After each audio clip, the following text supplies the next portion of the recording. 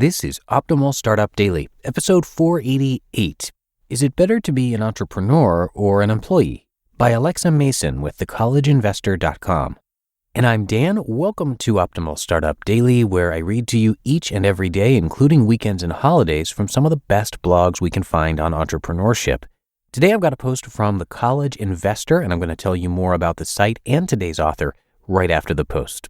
But for now, let's get right to it as we optimize your life. Is it better to be an entrepreneur or an employee? By Alexa Mason with thecollegeinvestor.com. There are countless articles on the internet claiming that being an entrepreneur is better than being an employee. But is that really the truth?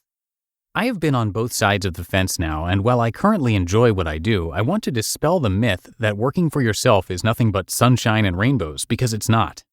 Sure, there are tons of advantages of working for yourself, but there are also many advantages of being an employee.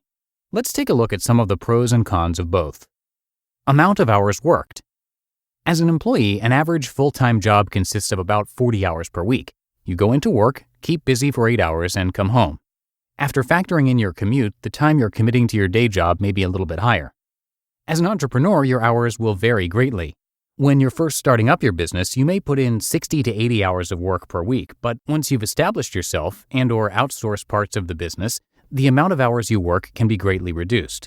Also, you may be able to replace the income from your day job in much less time than 40 hours, giving you a significant amount of free time if you don't wish to increase your workload. Work-life balance. As an employee, when you clock out, you're done with work. You can go home to your family and forget about your job. As an entrepreneur, this is a little bit different. When you're working for yourself, it can be really hard to get out of work mode, especially if you work at home. Your computer and phone are always near you, and it's so tempting to check your email or do a little more work. The advantage is that depending on your business, you may get to work less hours than an employee would and therefore get to spend more time with your family and friends. Work stress. As an employee, my stress level was always pretty low. I went into work, knew what was expected of me, put in my hours, and came home. As an employee, you don't have to worry about where your next paycheck is coming from or running the daily operations of a business. When you work for yourself, especially when you're just getting started, you're a one-man or woman team. Your pay fluctuates, and if you don't build multiple streams of income, it can diminish overnight. You also have to wear many hats. You have to provide a product or service. You have to market, network, find suitable employees when necessary, and be your own accountant. The direction of your business is up to you. This is both exciting and stressful. In my opinion, there's a clear-cut winner here. Being an entrepreneur is more stressful than being an employee. General work life. This is similar to work stress. As an employee, you know what's expected of you. In my last job as an insurance agent, there were periods of time when we sat around and did nothing. Fall and winter months were especially slow, and slacking off almost became the norm. A lot of employees put in their time and go home. They don't go the extra mile, especially if the extra mile isn't going to get them anywhere. As an entrepreneur, it's up to you to earn your own. Nobody's going to earn money for you. If you want to get paid, you work. The amount of work you do and your product or service will be the determining factor in how much money you bring in. You have deadlines to meet, so it doesn't matter if you don't feel like doing much work on a particular day. You have to, or you risk losing an income source. Money. Now to the big one, money. As an employee, your income is limited. You put in your required hours, and in return, you get a paycheck for the same amount each week. Sure, you can move up the chain at work, but eventually your income will be capped. As an entrepreneur, the possibilities are endless. The amount of money you bring in and the rate your business grows is all up to you. The sky is really the limit. So which is better? Well, there's no clear-cut answer as to which is better. It all depends on your goals and your personality. Sure, entrepreneurship can bring you freedom to work where and when you want, but you still have to work.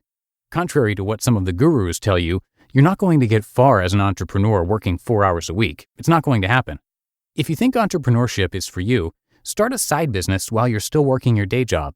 Build up a cash reserve and commit yourself for at least 6 months to a year before making the switch. This way, you'll get a taste of what entrepreneurship is really like.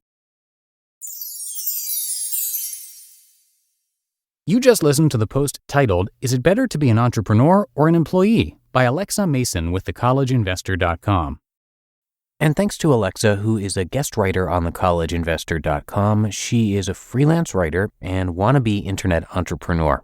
She's also a newly single mom to 2 beautiful little girls and she chronicles her entire journey as a single mom trying to make it big at www.singlemomsincome.com. Now, the mission of The College Investor, which is where this post came from today, is to help you escape student loan debt so that you can start building real wealth. And that's through helping you navigate the financial decisions that you're going to have to make at each step of your journey. The College Investor provides advice, guidance, guides, and review tools. There are a bunch of free tools and categories on the site to browse. The site's owner, Robert Farrington, also has a podcast you can check out called The College Investor Audio Show. So come by thecollegeinvestor.com for a lot more. His site gets millions of readers every month for good reason. But I think that does it for today. I thank you so much for being a subscriber. Have a great rest of your day, and I'm going to see you right back here tomorrow for the Tuesday show. And that is where your optimal life awaits.